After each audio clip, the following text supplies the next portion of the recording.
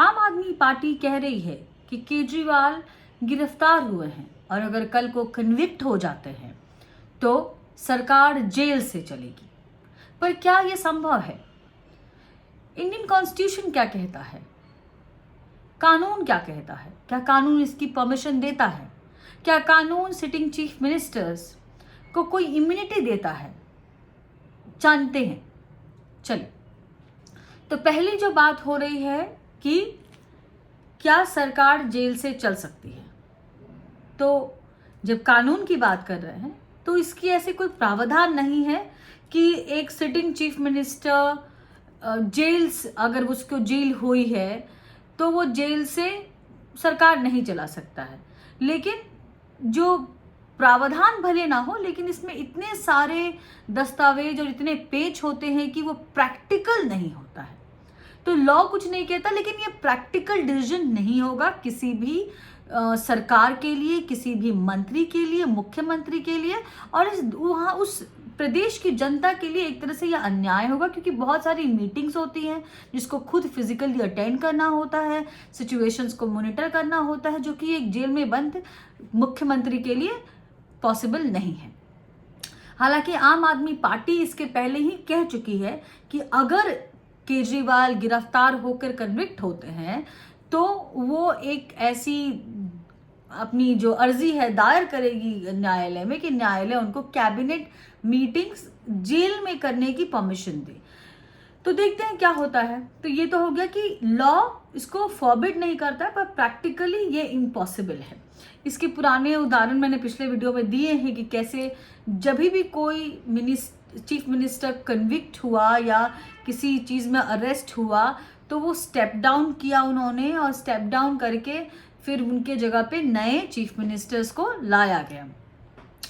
ये पहली बात होगी। दूसरा, जो क्या हमारा जो कानून हो, भारतीय कानून या किसी सिटिंग चीफ मिनिस्टर को एक इम्यूनिटी देता है कि वो गिरफ्तार नहीं हो सकते, क्योंकि ये बातें भी हो रही हैं कि ये कैसे इलीगल है, अनलॉफुल है, अगेंस्ट डेमोक्रेसी है।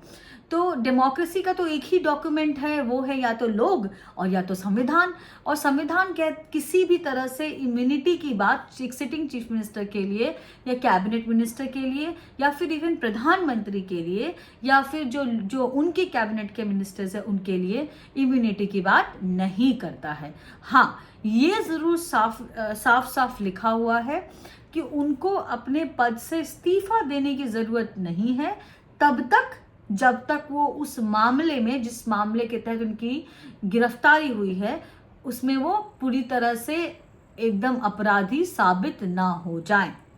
ठीक है, अभी केजरीवाल सिर्फ अक्यूज्ड है, वो कन्विक्ट नहीं हुए हैं। तो वो डिफरेंस है कि उन पे आरोप है, वो आरोप सिद्ध हो जाएंगे तब उनको शायद स्टेप डाउन करना पड़ सकता है, लेकिन तब तक वो अपने पद पे बने रह सकते हैं। अब उसके बाद और ऐसा ही आप जो पुराने जो एग्जाम्पल्स हैं, चाहे वो येदियुरप्पा का हो, चाहे वो उमा भारती का हो, चाहे वो आपको हेमंत सोरेन का हो, चाहे वो जयललिता का हो। जयललिता पहली ऐसी सिटिंग चीफ मिनिस्टर थी जो मुख्यमंत्री रहते हुए आय से अधिक संपत्ति के मामले में उन पे कार्रवाई हुई थी, अरेस्ट हुई थी, और उन्होंने फिर वो चीफ मिनिस्टर की पोस्ट से हटी और फिर दूसरे को चीफ मिनिस्टर बनाया गया। तो यहाँ तो हो गई। तो किसको इम्यूनिटी मिलती है, अभी भी सवाल होता है, क्योंकि ये जानना ज़रूरी है कि चीफ मिनिस्टर को इम्यूनिटी नहीं है, कैबिनेट मिनिस्टर को इम्यूनिटी नहीं है। तो इम्यूनिटी किसको है? इम्यूनिटी सिर्फ और सिर्फ प्रेसिडेंट और गवर्नर को है। ये संविधान में साफ लिखा हुआ है कि कोई भी जो प्रेसिडेंट है भारत का या गवर्नर है किसी राज्य का, वो किसी भी भारत के कोर्ट के सामने आंसरेबल नहीं है। तो उसको अरेस्ट नहीं किया जा सकता जब तक वो उस पोस्ट पे है, उस पर कोई मामला नहीं चलाया जा सकता जब तक उस पद पे वो आसीन है। तो वहाँ इम्यूनिटी दी गई है, यहाँ पे चीफ मिनिस्टर के केस में ये इम्यूनिटी नहीं है।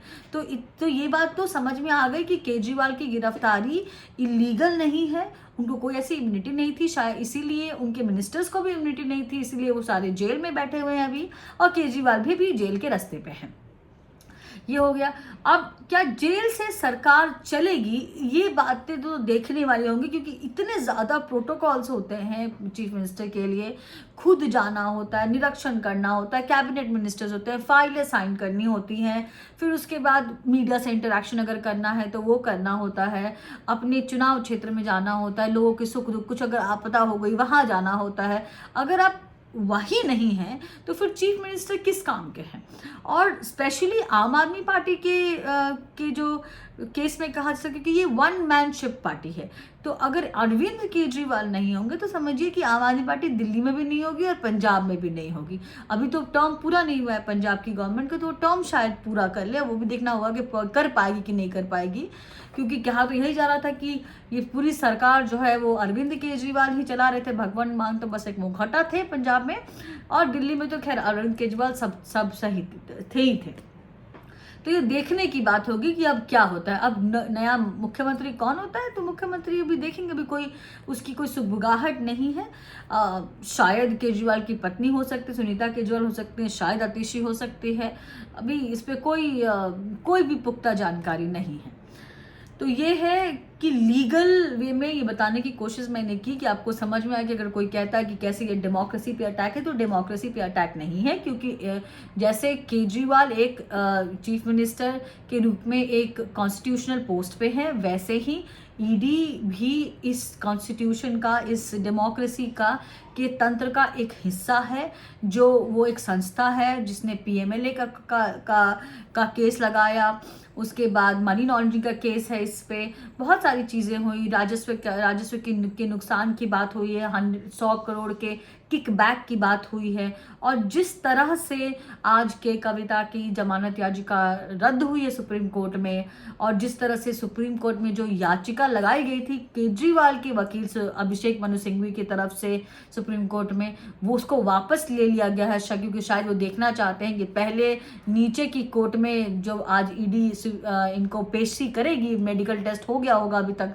मेडिकल टेस्ट के बाद इनकी पेशी करेगी अरविंद केजरीवाल की, क्या दस्तावेज देके आती है और किस तरह के डिमांड्स रखती है। कहा जा रहा है कि 10 दिन की शायद कस्टडी की मांग कर रही है ईडी, तो उसको देखते हुए शायद ये अपनी जो नेक्स्ट रणनीति है वो लेके बढ़ेंगे।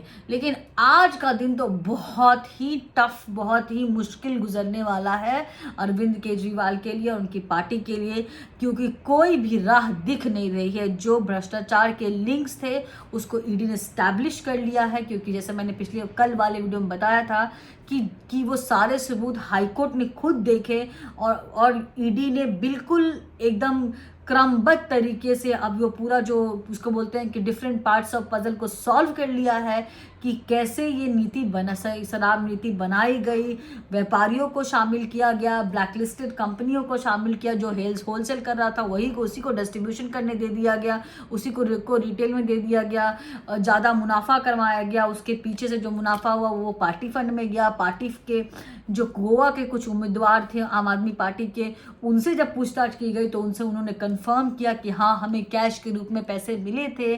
तो ये बात भी ईडी वाली साबित हो जाती है कि जो पैसे शराब नीति में किकबैक की तरफ से मिले, साउथ लॉबी की तरफ से केजरीवाल को, वो पंजाब और गोवा के इलेक्शन में यूज़ किया गया, तो वो भी बात स्टैब्लिश हो जाती है। यहाँ पे कविता की जो डिमांड तो चली रही है, बट उनके एक स्टाफ ने कैसे बताया है कि हाँ 25 करोड़ के कविता के जानकारी और केजरीवाल के जानकारी के हिसाब से उन्होंने केजरीवाल तक पहुंचाया। तो ये सारी चीज़ें हैं, विजय नायर हैं, इन सब के जो अप्रूवर बने हैं लोग, उनकी भी बातें हैं। तो ये सारा कुछ जो है वो एकदम अब प्रॉब्लम कुछ है ही नहीं ईडी के लिए। ईडी के लिए जो भी है वो अब वो एक्शन का टाइम है, और केजरीवाल के लिए सिर्फ प्रॉब्लम्स है। आप क्या समझते हैं इस केस के बारे में? अगर आपकी क्या राय है वो मुझे ज़रूर बताइएगा। मैं सुजाता पांडे, नमस्कार।